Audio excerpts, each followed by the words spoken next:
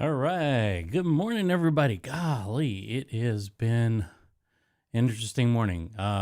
Lots going on, sending the kids off to vacations and stuff like that. So, gonna have some free time to do some Ecamm stuff. But this morning, I actually wanted to talk about something that is more of an accessory product to Ecamm or live streaming in general, and that is the Elgato Stream Deck. Now, the Stream Deck, if you're not familiar with it, I mean, most people who use Ecamm have at least heard the name, but essentially it's just an input device. I mean, really, that's all it is.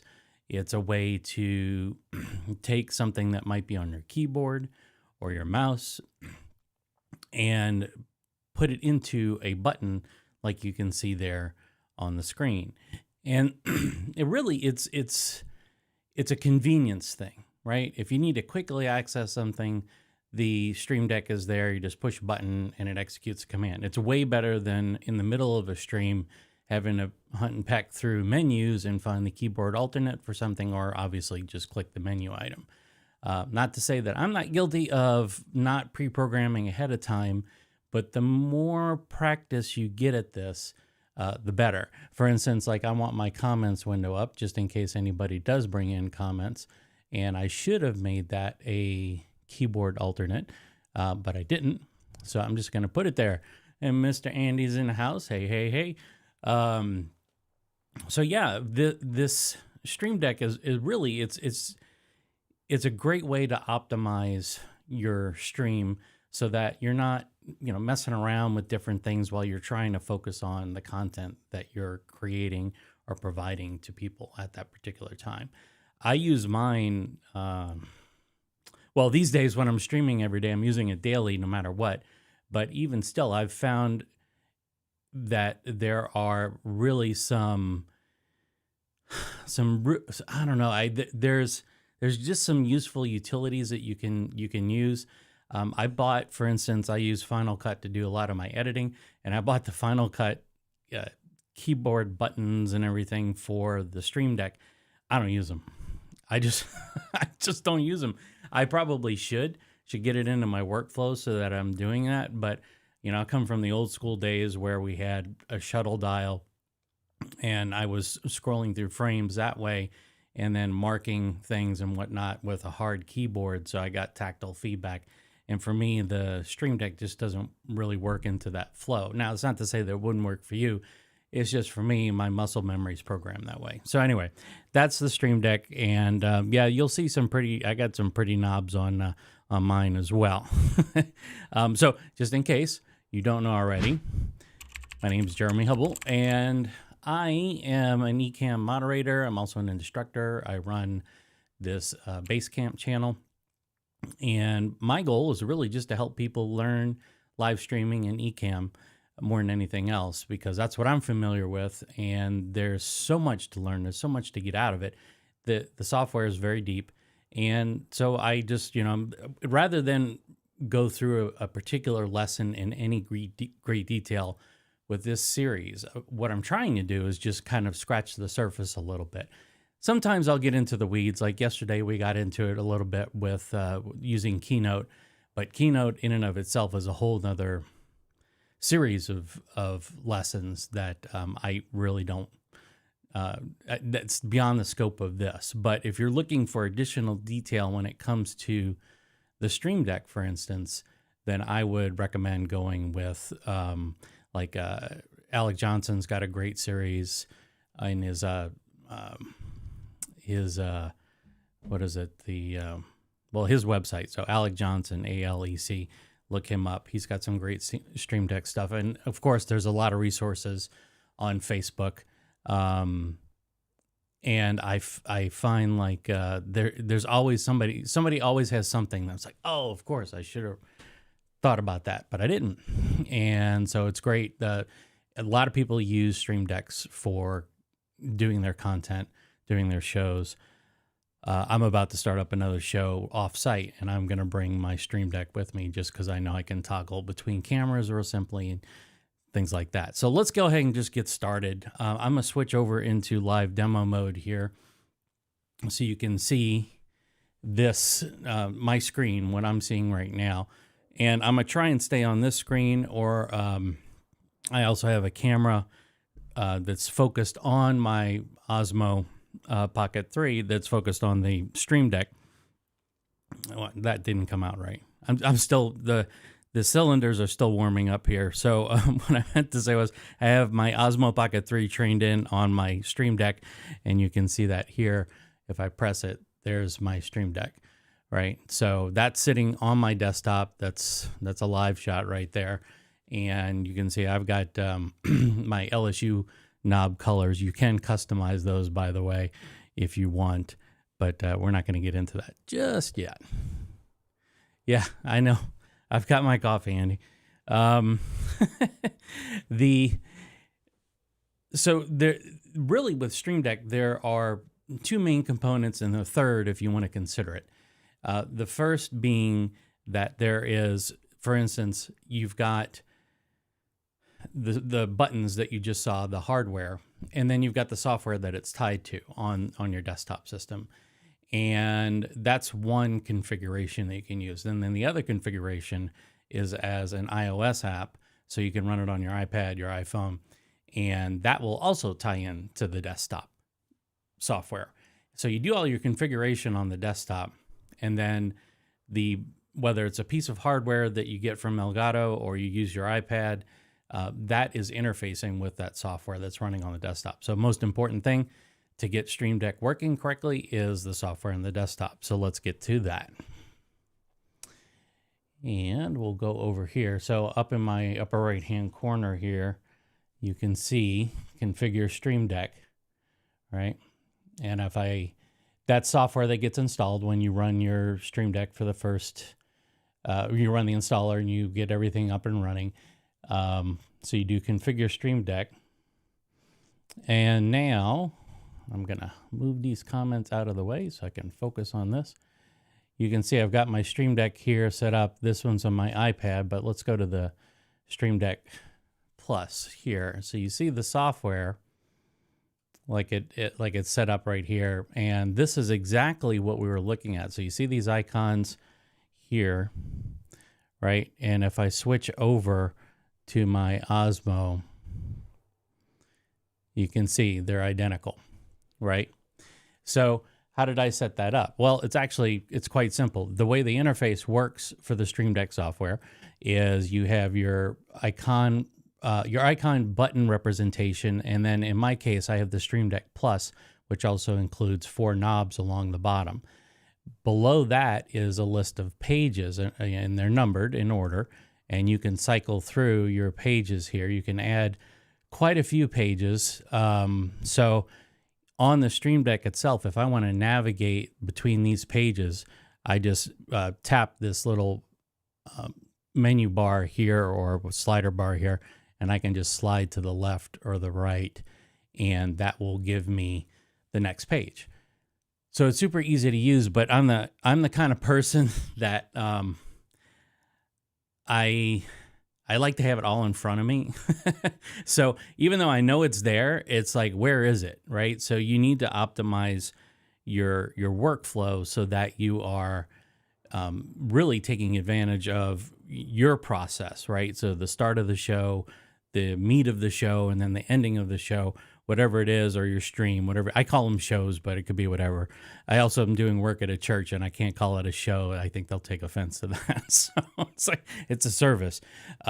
So in any case, you're setting it up so that it's going with the flow. Now, there are certain buttons and there are certain things that I always want to have accessible to me. For instance, like my like and subscribe button here. So if I tap that, that's set up to show up in all of my scenes in Ecamm. So no matter where I am on my Stream Deck, if I slide, well, let's see, yeah, see right here, you see it's also up here too. So that is a quick way to access or toggle that that particular overlay at any time. And the configuration and all that stuff about how you set that up in Ecamm is really kind of beyond this 1 hour segment. And really, I'm trying to condense this down into 20 minutes and I'm already 13 minutes in. So we're not going to get to everything, but we're going to try and get through a lot. So you've got the buttons set up how you want. And how do you do that exactly? Well, down in the software here, you can see you've got your button representations, and then you've got all these things off to the right-hand side. And these are the commands that you can simply drag and drop into those buttons. So let me go to a mostly blank page, something like this. And let me put in an Ecamm command here. So for instance, I want to, let's see, this is Ecamm for Zoom, which has now got its own set of shortcuts. But I want to do, where's my comments here? Okay, so add last comment. So I can drag that into my button representation here. And as soon as I drop it in the software, boom, it shows up also on the hardware. And now if I tap that, Andy's reminding me that I need more coffee, right? And I can tap that again. Now, it'll keep bringing it up. So this is one of those ones where Ecamm has a setting that'll automatically hide that comment after a certain amount of time. This would be ideal if it was more like an overlay where you could just toggle it, and there is a toggle option actually within Ecamm that within the Stream Deck that you could use. So let's say we're going to go to a multi-action switch here. So I'm going to drag this in, and what this is pre-programmed, right? So now what I can do is I can go to add the last comment. That's going to be in Ecamm. Yeah, I know that exactly. I'm the same way, Andy.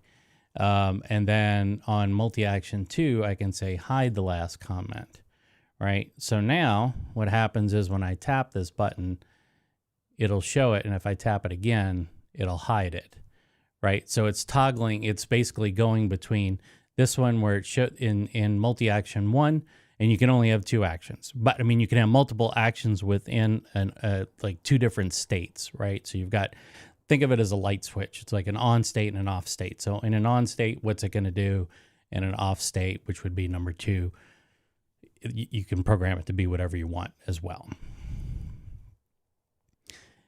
I use these, but then what happens is you see now inside of Ecamm, or not in Ecamm, but inside the Stream Deck itself, what you get is this icon, this kind of funky icon.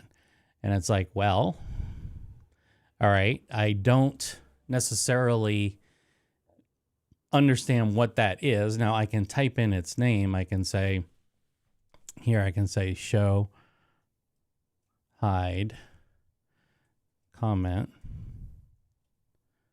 Right. And now I have a better idea of what that is. But now I'm looking at it on my screen, and my tired old eyes, that, you know, that stuff tends to run together. So what you could do is you could throw an icon in there, a custom icon in there. And I like to do this. There's a number of ways. First of all, you can find icons for the Stream Deck all over the place. For instance, if I click on this down arrow here and I say, open Stream Deck icon library, it'll pull up all these different ones. So you've got Elgato defaults, right? These are built in. And sometimes you can just do a search. So you can type in like comment. Oops. Did I lock it up? Come on. Well, didn't like that. Oh, there it goes. Commentum. No, I don't know what that was. Okay. Didn't find anything there. That's weird. Well, I think we might have found a little buggy bug here. Let's try it again. Maybe it just takes some time to kick it in the head.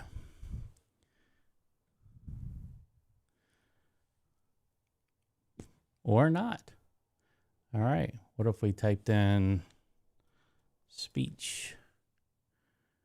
Yeah. Well, okay. This'll do in a pinch, right? So you got this like speech bubble. So now I can just pick that, and drag it here, right?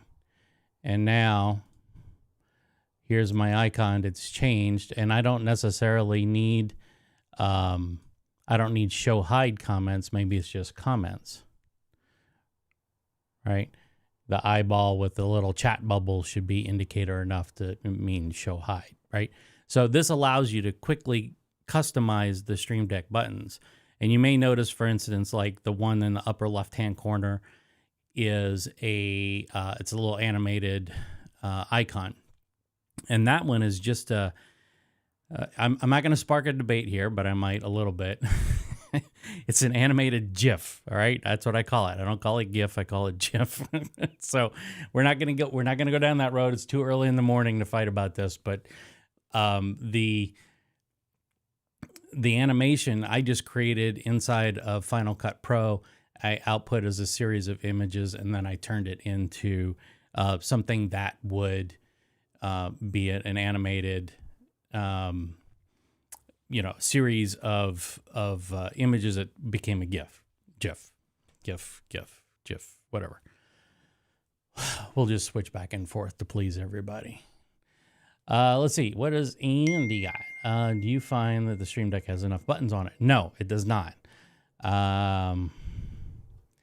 I personally, Andy, here, let me go back here. I can switch to my screen. See what I had to do there just to get to this?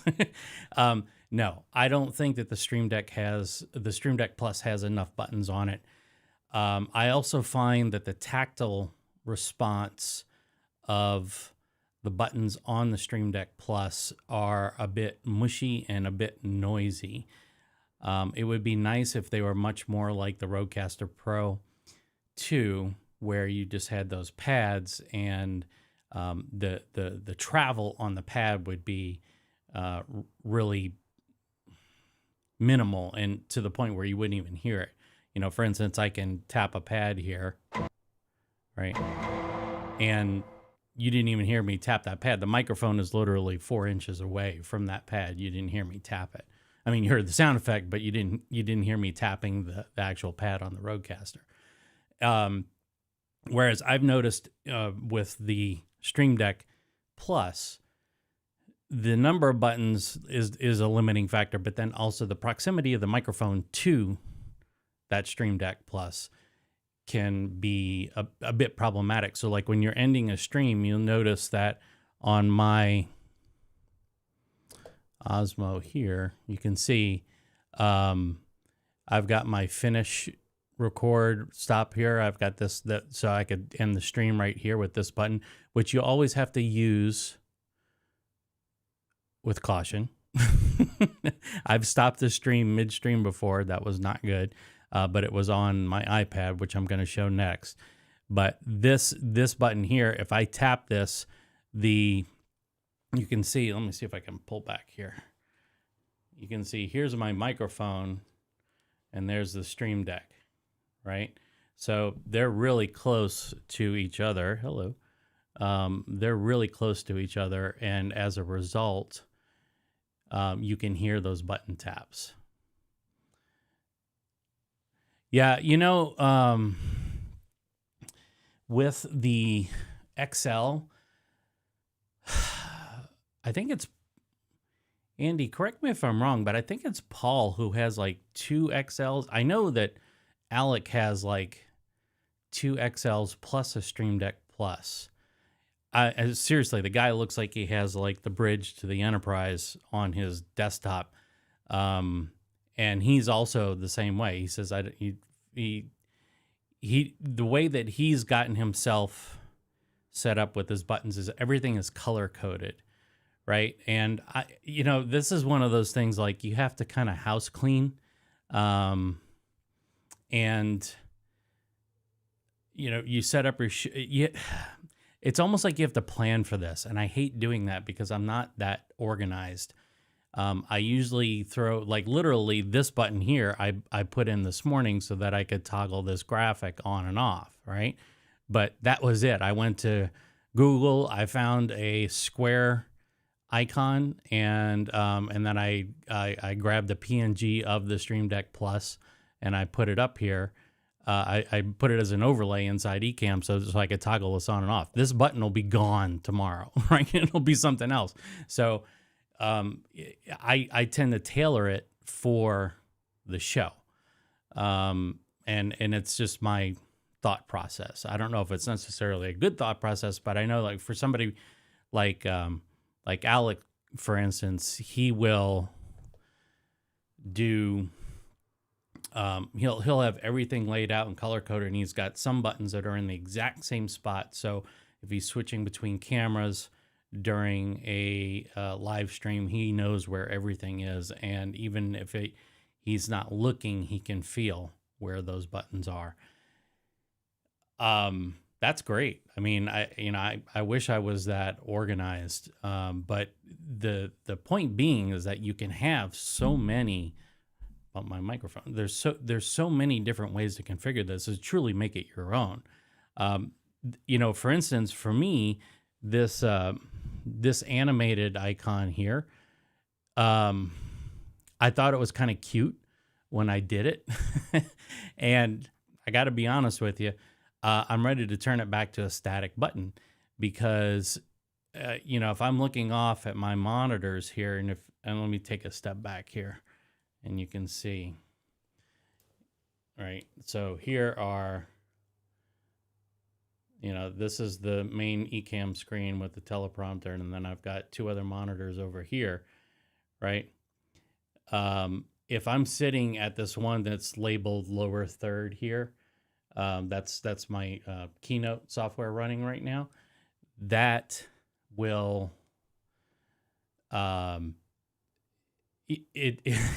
it's in your periphery just enough to where you see a little bit of movement, and then this button just doing its thing, just sitting there animating this whole time. Oh, hello.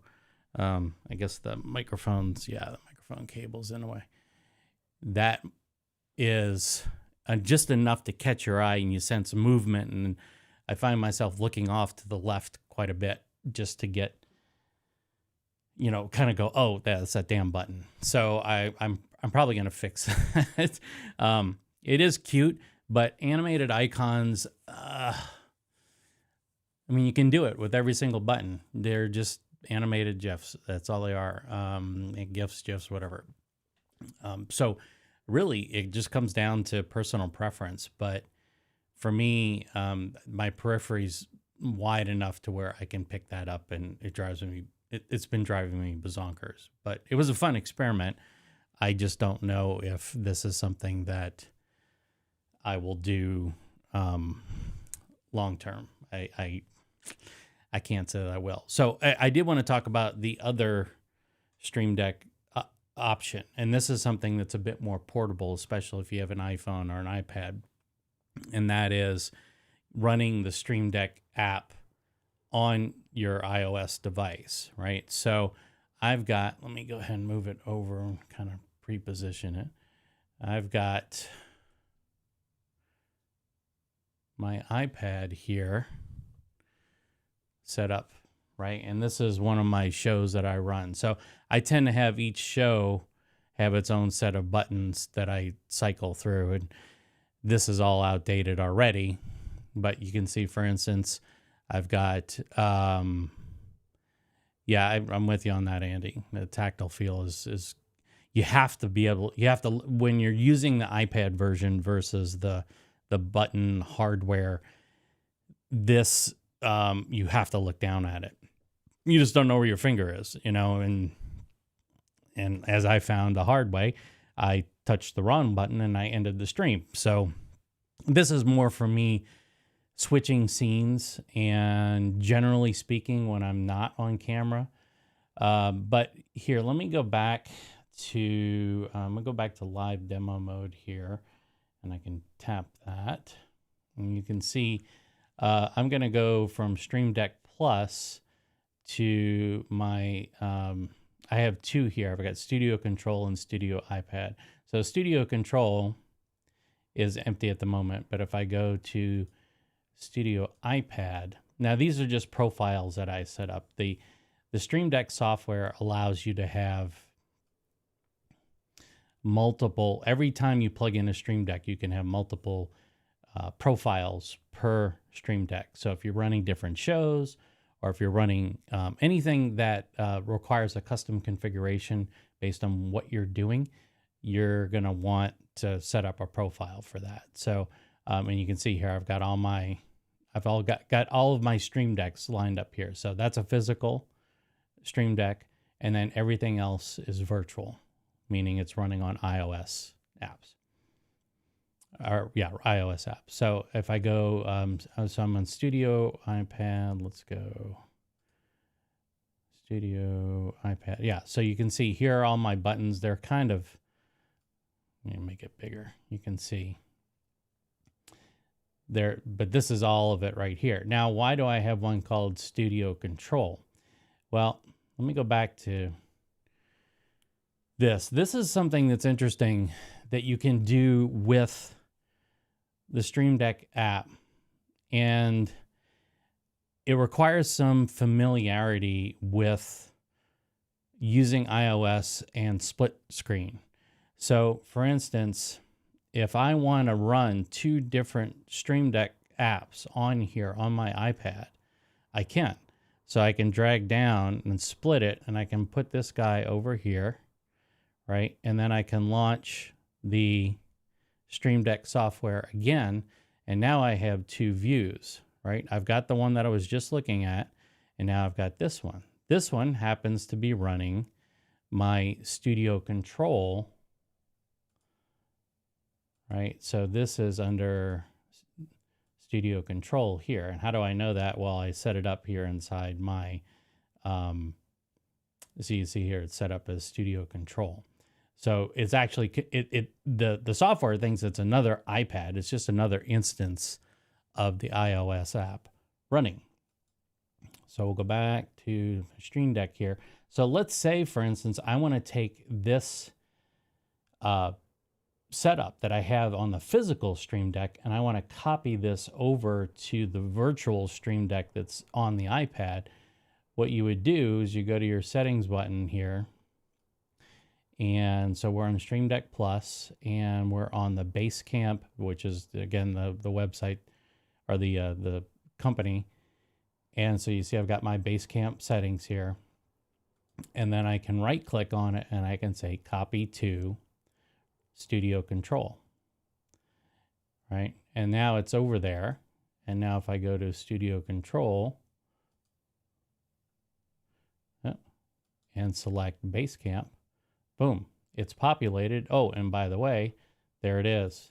So this is exactly the same thing I see on the hardware down below, but now it's on a virtual version. So I can switch, and I can do this, I can do this, right? I can run my lower thirds, right? All that stuff, all the things that I've programmed in on the physical Stream Deck are now available to me. Well, why would you want that? Well, let's say I don't want to take my physical Stream Deck with me. Let's say I'm going somewhere remote. I set up everything, I test it, I program it on the physical Stream Deck, and then I copy that over to this, and it's the exact same commands.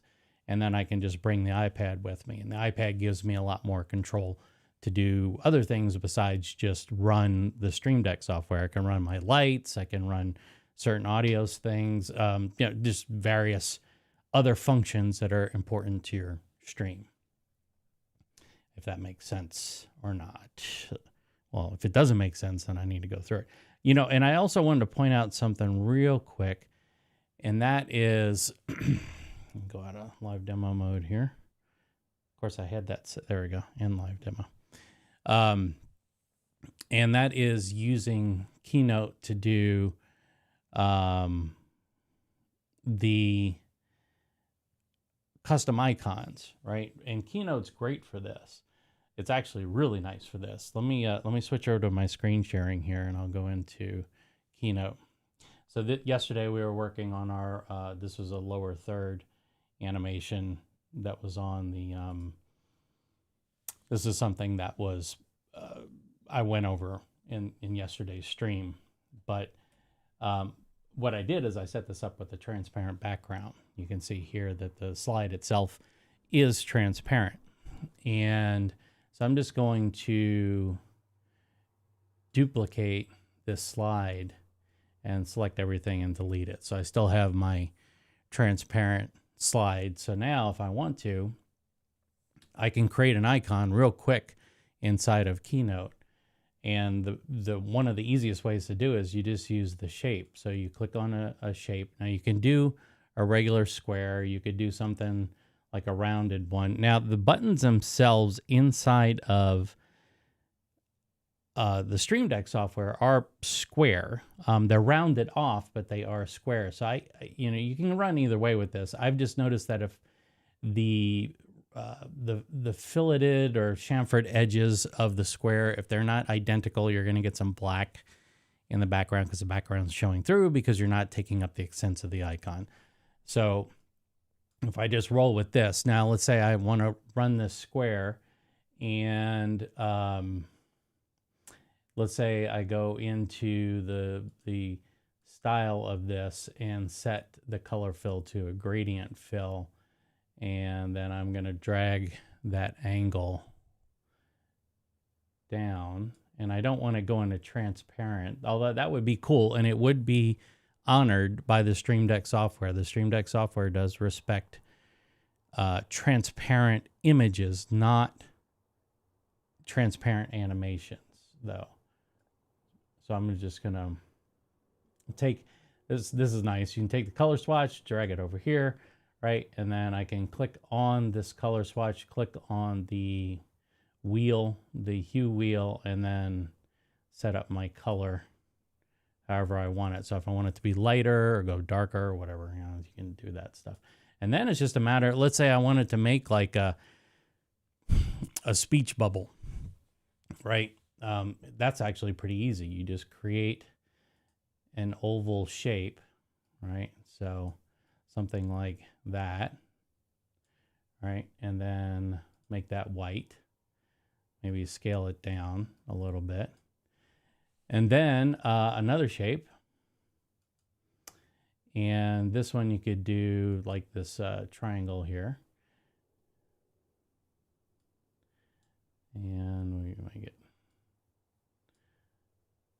like that, or arrange it. I don't know why you can't just rotate it in Keynote. That's the only thing that not the only thing, but that's a major thing that I wish that it had. Right.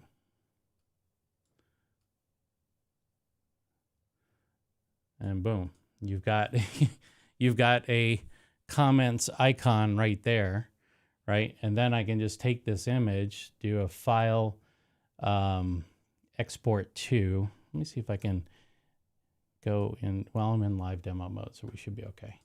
I'm gonna go here, file, export to a image, and it's gonna be PNG, and I'm just gonna pick from the second slide to the second slide and call go ahead and save this out, and we'll call it comment. And I'll put that in my images folder. And there it is. And then now, let me pull up my images folder.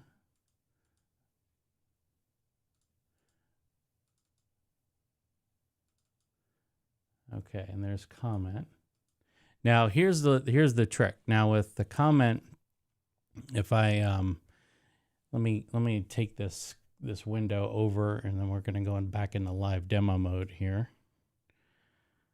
And all right, so here we are, and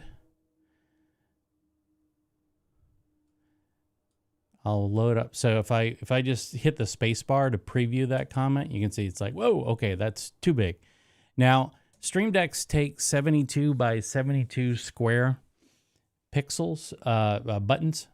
So your icons need to be 72, but it will scale them for you. So easiest way to do this is just load it up in preview. And let me go bring preview over here. You load it up in preview, right? You select your window, just like that. And then hit Command K. and it crops it. Save it, close it. And so now, there it is. There's my icon, right? And now I can just drag this. So if I want to create a function inside of this software, let me go back to Osmo here, right? And I want to put a button right here. Next to the FX30, I could go to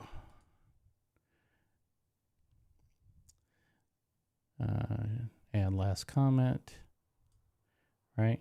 And that shows up there. You see it, it's right there.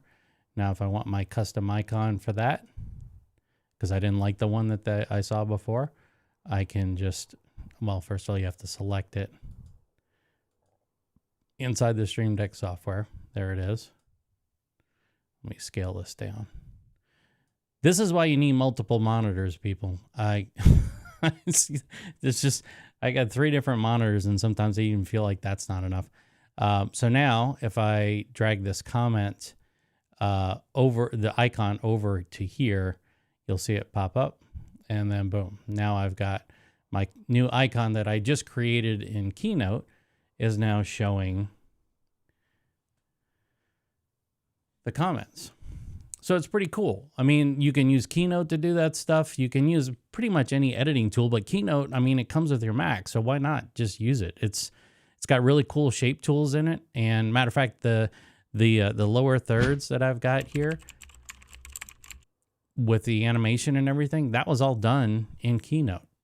I kind of spruced it up a little bit in Final Cut, added some motion blur and some sound, but the base animation was all done inside of Keynote. So people are trying to play around with Canva and all these other, Adobe Express and of course Photoshop, and it's fine. You can certainly do that, but I feel like it's not, when you've already got the tools there, and it's not like Keynote is an obtuse tool to use, right? It's, see, Andy, it's not like using Keynote is something that is difficult to pick up. It's a really easy tool to learn, and it's super cool because you can pretty much set it up to do whatever you want in terms of designing graphics. It's a great vector design tool. It really is. I mean, it's not on the order of something like Illustrator, but it is, because it has the animation effects in there, you can do things that you can't even do in Illustrator, at least not easily. So that was all I really wanted to cover. I've got a few folks still tuned in. Do we have any questions? This would be a good time to open up the questions and me take a sip of coffee.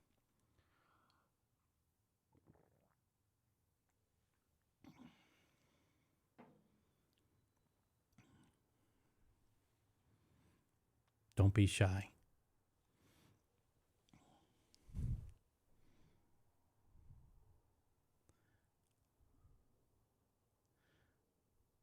It's okay, Lala.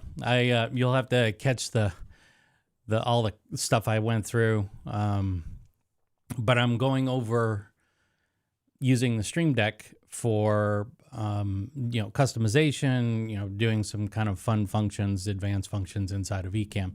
If you have any burning questions, I don't know if you use a Stream Deck or not, but I covered some of the basics of using the Stream Deck, and I also went through some of the customizations that you can do with it. So a lot of talking, but we're already 42 minutes into the show, so I don't want to hold anybody's time too much. You can go back and look at that, but if you had any specific questions on the Stream Deck that I can answer in real time, I'd be more than happy to try. I'm going to move this guy out of the way too.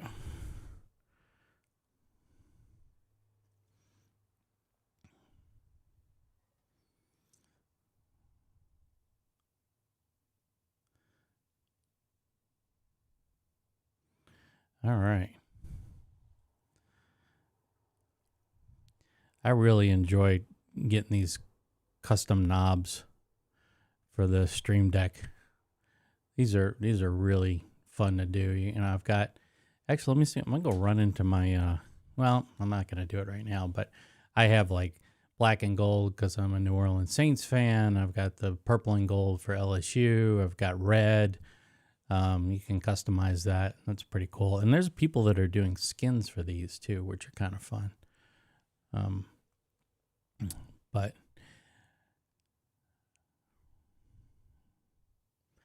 if there is nothing else, then I'm going to go ahead and wrap it. I've got to get the kiddos off to their summer vacation.